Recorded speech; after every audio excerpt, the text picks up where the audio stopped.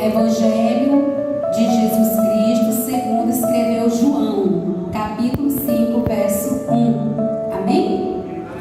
Depois disso, havia uma festa entre os judeus, e Jesus subiu a Jerusalém. Ora, Jerusalém há próximo à porta das ovelhas, há um tanque chamado em hebreu Betesda, o qual tem 5 alpendres. Neste jazia grande multidão de enfermos, cego, coxo, paralítico, esperando o movimento das águas. Porquanto o anjo descia em certo tempo ao tanque e agitava a água, e o primeiro que ali descia, depois do movimento das águas, sarava de qualquer enfermidade que tivesse. Verso 5. Estava ali um homem que havia 38 anos se achava enfermo. Jesus, vendo este deitado, sabendo que este estava neste estado havia muito tempo, disse: Queres ficar são? Verso 7. O enfermo respondeu-lhe: Senhor, não tenho homem algum que, quando a água é agitada, me coloque no tanque, mas enquanto eu vou, desce outro antes de mim.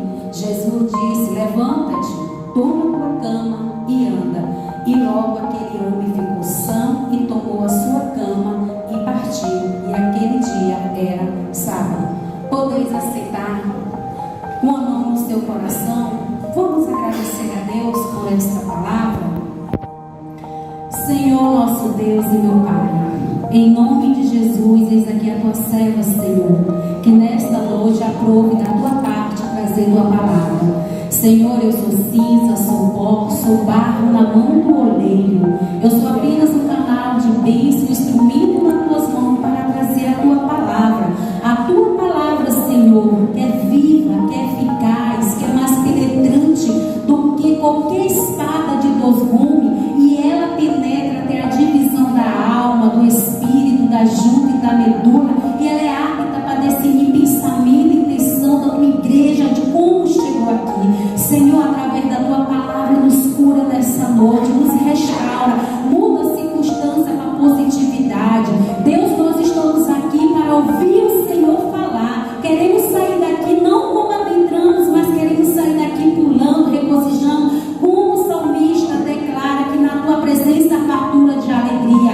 A tua palavra possa vir, meu Deus, e produzir o resultado para a qual está sendo mandada nessa noite, como o próprio profeta Isaías declara que assim é. A tua palavra, ela não vai voltar para ti vazia, sem antes lhe trazer o que lhe apraz e prosperar naquilo para qual está sendo enviada e enxertada nessa noite. Que tua igreja abra o coração, receba a tua palavra, que é viva e que é eficaz, que vai aonde o médico, a medicina, tratamento não vai, a tua palavra vai, sara, cura, restaura e transforma o homem velho numa nova criação. Então, Senhor, nesta noite, fala conosco em nome de Jesus. Amém? Irmãos, eleitas de Deus, o Evangelho de João, ele foi o último evangelho a ser escrito. E ele escreveu este evangelho já no finalzinho do 1º século, quando todos os outros evangelhos já estavam escritos. E já circulava também praticamente há 20 anos sobre aquela ocasião. A Bíblia Sagrada diz que João, ele vai descrever, aleluia, os milagres de Jesus. João vai descrever e nos afirmar que Jesus Cristo, ele é o próprio Deus. Ele é o Filho do Deus vivo. João, ele escreve para que a gente venha a crer que Jesus Cristo, ele é o Filho de Deus. E para que nós crendo, nós viemos ter vida no próprio Jesus Cristo. Amém? Louvado seja o nome do Senhor. A Bíblia diz que este cenário vai acontecer praticamente em uma das festas principais que acontece em Jerusalém. Provavelmente pode ser a festa da Páscoa. João vai escrever que Jesus Cristo, ele sobe a Jerusalém para observar a festa dos judeus. E a Bíblia diz que ali próximo à porta das ovelhas havia um tanque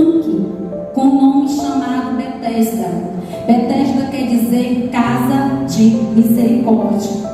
A Bíblia diz que Jesus, ele desce para esta casa de misericórdia. Porquanto João vai nos informar que ali, naquele lugar, jazia muitos enfermos e doentes, paralíticos, pessoas de todas as formas de enfermidade, jazia naquele lugar. Perceba que Jesus, ele está subindo para Jerusalém e está tendo festa. E essa é uma festa tão importante que vem gente de todas as cidades, todas as regiões, para estar ali celebrando aquela festa. Mas a Bíblia diz, e João afirma, que Jesus, ele não vai festejar. Ele vai para a casa de Betesda. Ele vai para aquele tanque chamado Betesda, que significa casa de misericórdia, porque ali havia doentes e pessoas enfermas. Porque Jesus, eu quero aqui abrir um parênteses, que Jesus, diferente do que a gente pensa e imagina, Jesus, ele está sensível às nossas necessidades. Está tendo festa, está tendo celebração, está tendo reencontro, porque festa simboliza celebração. Festa, ela simboliza momentos de alegria. Você está celebrando, você está alegrando, porém Jesus não vai festejar. Jesus vai para o tanque de Betesda, porque Jesus, quando ele palmilhou aqui nesta terra, ele veio com um propósito. E o propósito de Jesus Cristo veio para aqueles enfermos, doentes e que estavam perdidos em Israel. Jesus, ele sabe a minha, ele sabe a tua necessidade. E às vezes nós estamos passando situações, adversidade, e muitas das vezes nós pensamos em si mesmo: por que isso me aconteceu? Por que eu estou passando por essa situação? Jesus está praticamente a nada cerca daquilo que eu estou vivenciando, porque eu tenho orado, eu tenho buscado, eu tenho ido para a casa de Jesus, para a casa de Deus, e eu não tenho visto nada acontecendo. Mas Jesus aqui, ele não vai celebrar, ele vai para o tanque de Betesda, porque ele sabe da necessidade de alguém que está naquele lugar há 38 anos aguardando uma cura, uma solução. Hoje nós estamos aqui, talvez aguardando algo que nós temos clamado, pedido, esperado no Senhor, e a gente muitas das vezes, por conta da nossa fragilidade como homem, como mulher, que somos dotados de cinza, de carne, de sangue, a Bíblia diz que Jesus Cristo agora, ele vai até aquele tanque, porque ele sabe que ali havia um homem que estava enfermo há 38 anos. E eu quero aqui dizer para você que este tanque e que este homem já jazia ali há 38 anos à espera de uma oportunidade para descer após a subida do anjo, quando movimentasse, porque havia essa crença, e João descreve que eles criam, que havia essa situação em que o anjo descia, movimentava as águas, e o primeiro que ali adentrasse era curado de qualquer enfermidade. Não é verdade? E a Bíblia também vai dizer que aquele paralítico estava ali há 38 anos nessa situação. E aqui eu quero abrir aqui um parênteses para dizer para mim e para você: todos nós temos um tempo de festa e também nós temos um tempo de tanque. Ou, porque não melhor dizendo, todos nós temos um tempo de alegria e também temos um tempo de tanque. Eu digo tempo de tanque porque eu creio que essa situação que tu está passando, tu não vai passar 38 anos, nem 10 anos, nem 15 anos, é um tempo, porque tudo é um tempo aqui debaixo do céu, como fala o escritor de Eclesiastes. Então este homem estava há 38 anos, mas ele estava ali, permaneceu ali. E esse tanque para este homem, ele representa uma frustração. Frustração por quê, missionária? Porque todas as vezes que o anjo descia e balançava as águas, ele ficava na expectativa de que alguém pudesse levar ele, porque ele não tinha condição. A Bíblia diz que ele era paralítico, ele estava acamado, então não tinha quem, porque até então, vamos imaginar, temos esse lago aqui, ali deu um anjo, vamos entrar para a história, que sacode aquela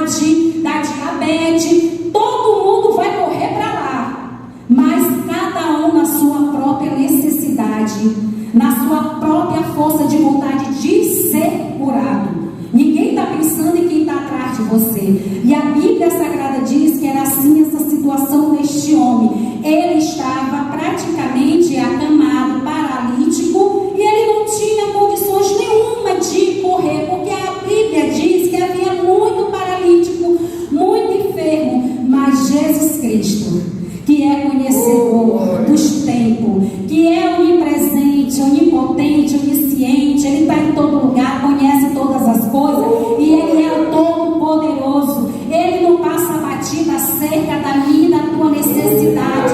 E o mesmo Jesus que foi ontem, esteve aqui, Ele é o mesmo hoje, Ele não muda, Ele continua para sempre. Ele está aqui também no tanque de Betesda.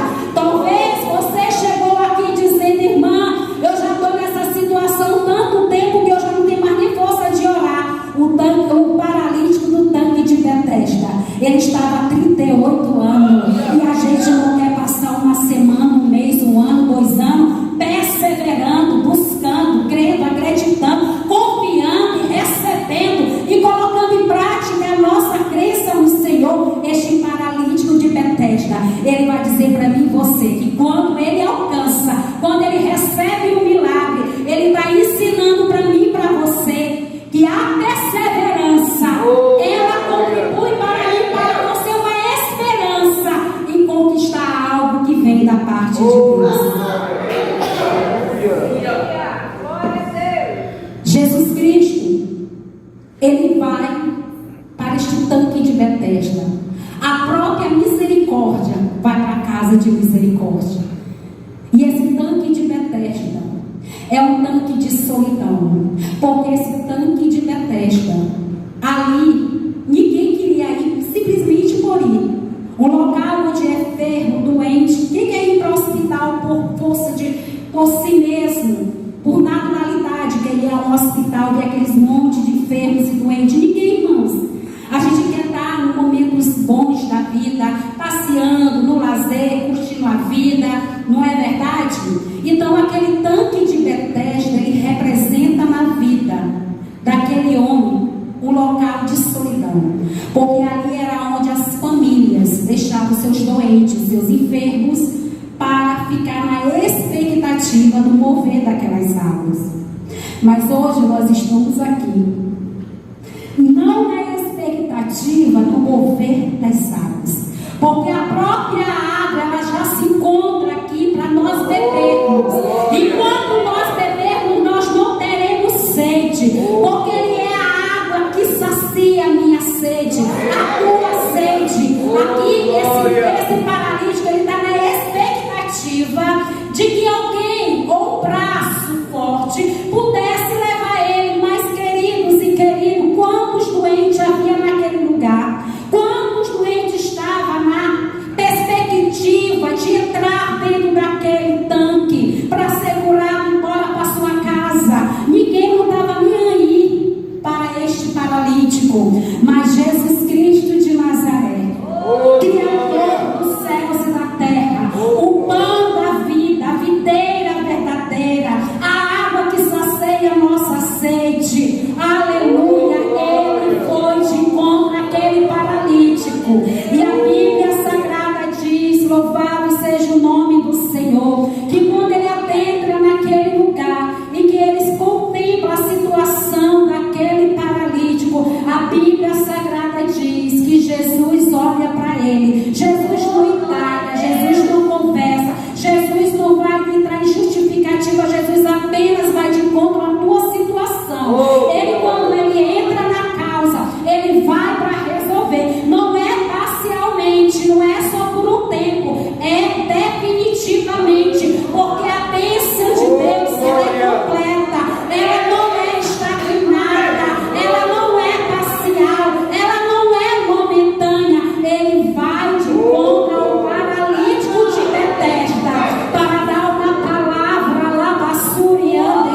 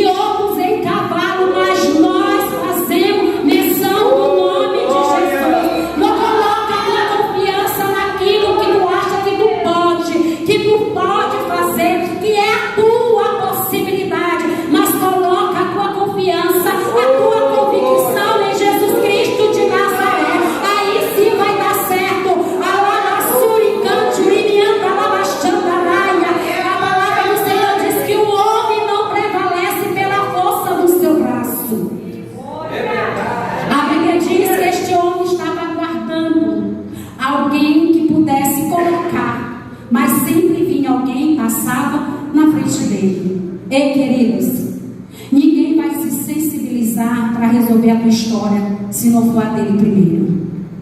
Conversa com Jesus, entrega nas mãos do Senhor, confia nele, porque ele é que vai fazer. Jeremias 29:11, ele diz que só eu sei o pensamento que eu tenho sobre vós, diz o Senhor, é pensamento de paz e não de mal, para eu vos dar o fim que esperais. E ele diz: então me invocareis e passareis a orar a mim e eu vos ouvirei. Sabe que Jesus está dizendo nessa noite para a sua igreja, que não é na força do braço, não é no poder da língua, porque Tiago nos ensina que alabassurianda, arabachande, cantaramanai, no capítulo labassurianda, arabassuderras, capítulo 1 e o verso 19, que todo homem seja breve em ouvir e tardio em falar e se irá. E às vezes a gente pensa que a gente vai resolver a situação do poder da língua, da palavra. Querido, eu quero te dizer nessa noite, quem faz a obra é Deus. Ele estava esperando o braço de um homem para colocar ele, mas quem completa a obra na vida do homem é Deus. Quem convence do pecado, do juízo, da justiça é Deus. Não é por força, nem por violência, mas é pelo meu espírito. A Bíblia diz que se não for Deus fazer, nada acontece. Ele tem todo o poder. É Ele que faz, é Ele que age, é Ele que opera, é Ele que cura. A gente vê que Ele está na expectativa de 38 anos e nada acontece, mas Jesus foi lá. E não foi para se alegrar com quem estava alegre. Jesus foi lá para celebrar, para curar, para restaurar, para mudar o contexto do cenário do paralítico no tanque de Betesda. Ele está indo de contra a tua necessidade. Ele está indo de contra a tua situação. Sabe quem vai te curar? É Jesus, querida. Sabe quem vai abrir a porta? É Jesus, querido. Ei, não te desanime correndo para um lado ou para o outro, buscando solução naquilo que não é pão, arabassuteganda, naquilo que não é braço de Deus. E quando tu estiver correndo de um lado para o outro, nada vai acontecer, mas entrega na mão do Senhor, confia no Senhor e tu vai ver o que Deus vai fazer.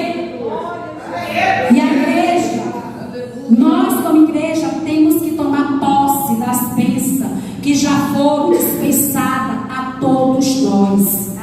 Jesus nos prometeu que no mundo haveria aflições, mas que nós viemos ter bom ânimo. Ele venceu.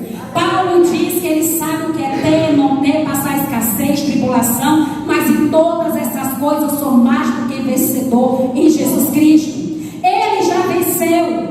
Ele está no controle, Ele está no comando. E muitas das vezes a gente quer tirar da mão dele, a gente quer resolver. Muitas das vezes a gente entrega a situação de manhã: Senhor, a porta está fechada, eu não tenho condição, eu não estou mais tendo, aleluia, nesse tratamento. Senhor, a ansiedade começa a fazer parte do cenário da vida daquele que diz que acredita no poder do milagre de Jesus. E a Bíblia nos ensina que nós temos que tomar posse daquilo que já foi dispensado sobre as nossas vidas, sobre a igreja do Senhor, sobre a eleita do Cordeiro. E a Bíblia diz que Jesus, ele se depara e vai de encontro, e ele pergunta: queres ficar sã? Sabendo Jesus a situação do paralítico, como aquele paralítico havia estado ali há 38 anos, aguardando as situações. Aquele paralítico, ele olha para Jesus e diz: Senhor, não tem ninguém que todas as vezes que quando a água mexe, é tocada, me coloque. Jesus não está preocupado nos teus questionamentos. Jesus pergunta para para você hoje: queres ficar sã? Jesus, ele é curto e objetivo. Queres ficar sã? É para te tomar posse. Ah, irmã, mas eu já estou tanto tempo. Ah, não tem jeito. Irmã, Jesus está te perguntando: tu queres ficar sã? Toma posse do teu milagre. Toma posse da tua bênção. Não venha para a igreja de segunda, nas terças, nas quintas, no domingo e saia do mesmo jeito. Como já foi falado aqui nessa tribuna, nós precisamos fazer o nosso culto racional, renovar nossa mente pelo poder da palavra de Deus, para que nós possamos provar e receber a boa, perfeita, agradável vontade de Deus. Então, igreja, renovai o vosso entendimento pelo poder da renovação da palavra de Deus, porque Deus tem o melhor desta terra para te dar. Deus quer te ver sarada, curada, restaurada. Deus não tem prazer que a igreja do Senhor anda enferma e doente. Não é só enfermidade do corpo, mas enfermidade espiritual. A igreja tem que buscar para receber, porque Jesus nos dá uma receita. Aquele que pede, recebe; o que busca, encontra; o que bate, a porta se abre. Isaías diz que ainda antes que houvesse noite ou amanhã, ainda antes que houvesse dia, eu sou. E nada pode fazer escapar das minhas mãos, porque operando eu, quem vai impedir? Lucas 1,37 diz: porque para Deus nada é impossível. Paulo diz aos Romanos: todas essas coisas que você está vivendo, passando, contribuem para o bem daqueles que amam a Deus. Deus tem um propósito sobre a tua situação, e não é propósito de morte, é propósito de paz. Eu não sei como está sendo o teu início, talvez pode ser pequeno, mas eu quero declarar nessa noite que teu último estado crescerá em extremo.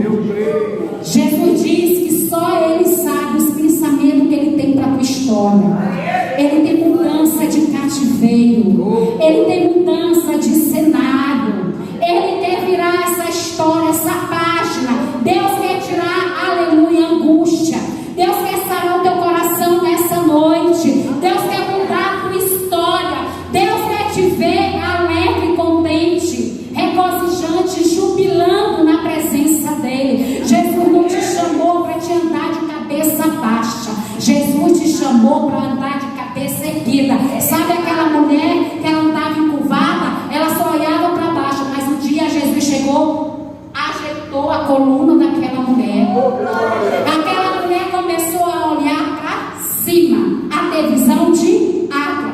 Lembra o que aconteceu com aquela mulher do fluxo de sangue? Ela estava limitada à situação dela? Não. Ela estava 12 anos doente, com fluxo, mas ela tinha uma esperança. Ela queria viver. Ela queria viver. Ela queria viver. Ela tinha uma esperança dentro dela. Mas a Bíblia Sagrada diz em Marcos, aleluia, ele vai dizer que quando ela ouve falar de Jesus, ela vai sair do lugar que limita a visão dela. Ela entra no meio da multidão e ela declara, e ela diz: se eu não somente tocar na orla dele, eu não preciso tocar nele, eu só preciso tocar na orla do mestre. Se eu não somente tocar, eu sei que eu vou ser sarado. Olha a determinação desta mulher, olha a ousadia desta mulher. Imagina se todo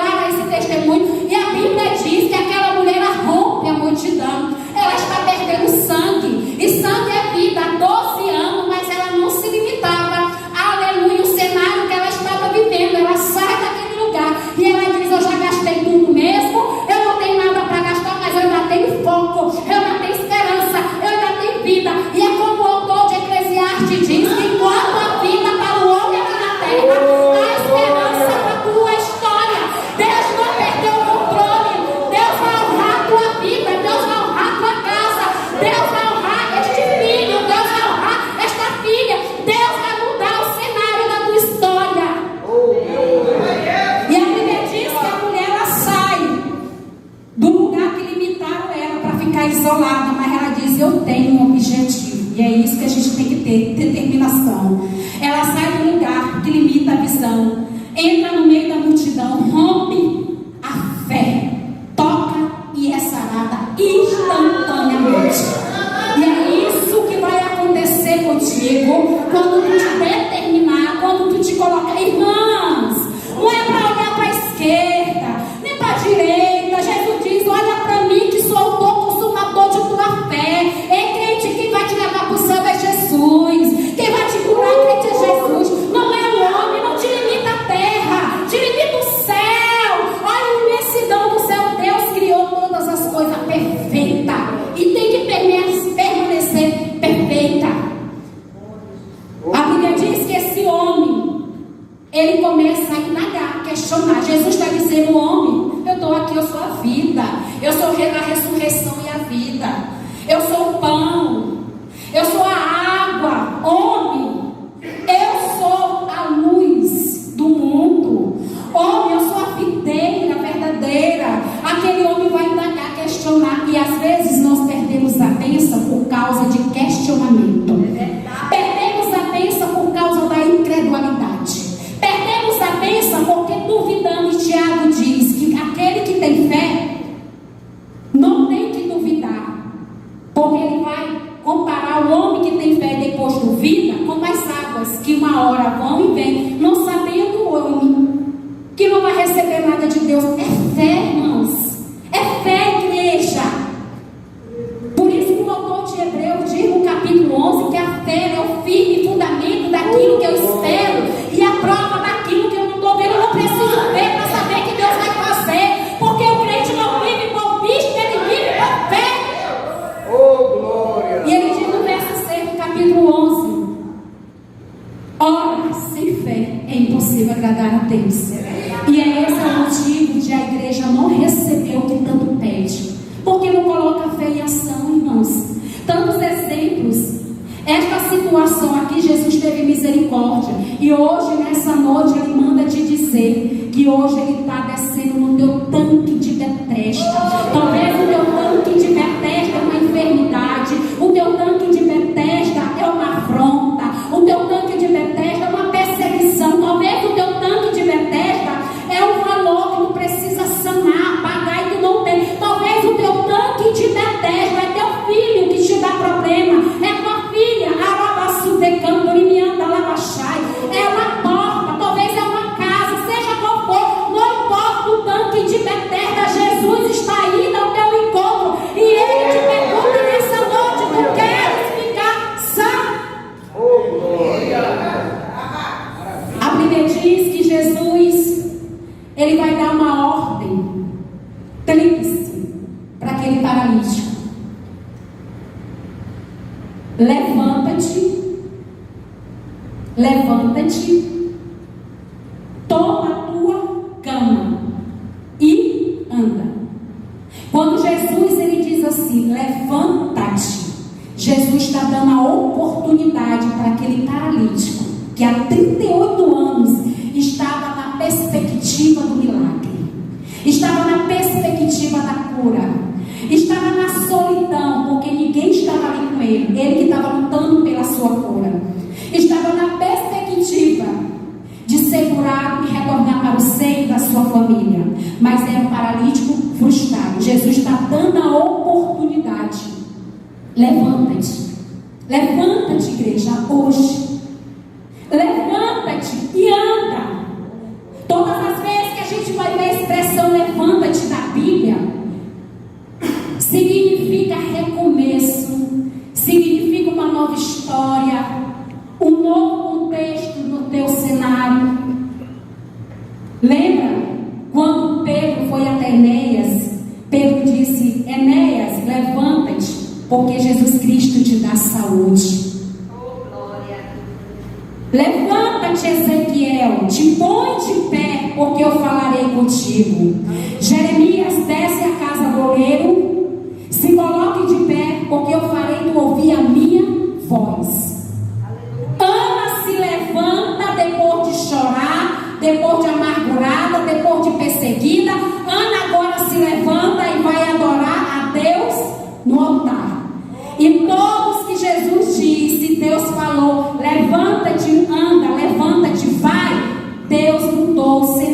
contexto da história, nesta noite, Jesus está dizendo: levanta-te, igreja.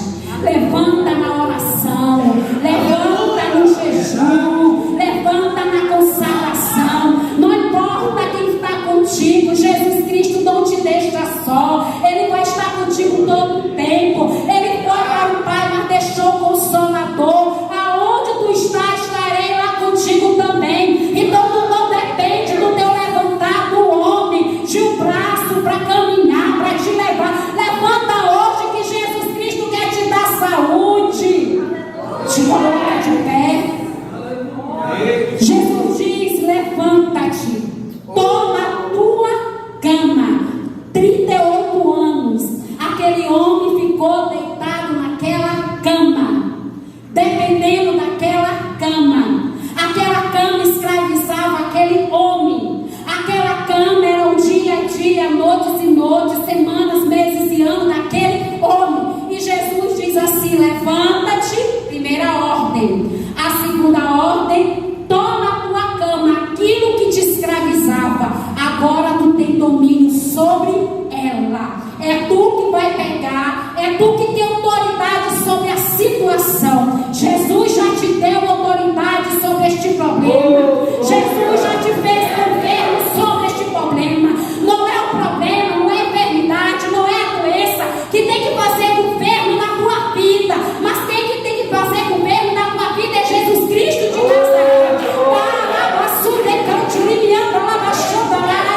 Ele que tem que ser a primazia de tudo.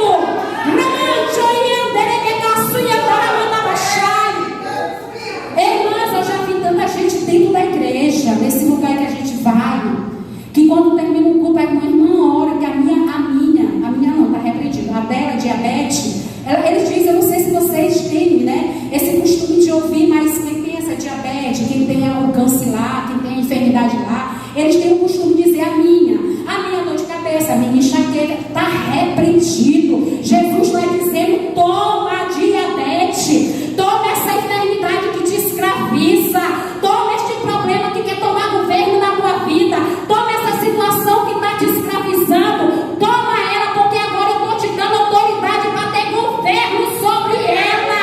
E é isso que a igreja tem que ter, e convicção é ter autoridade sobre o problema, porque Deus é a tua primazia.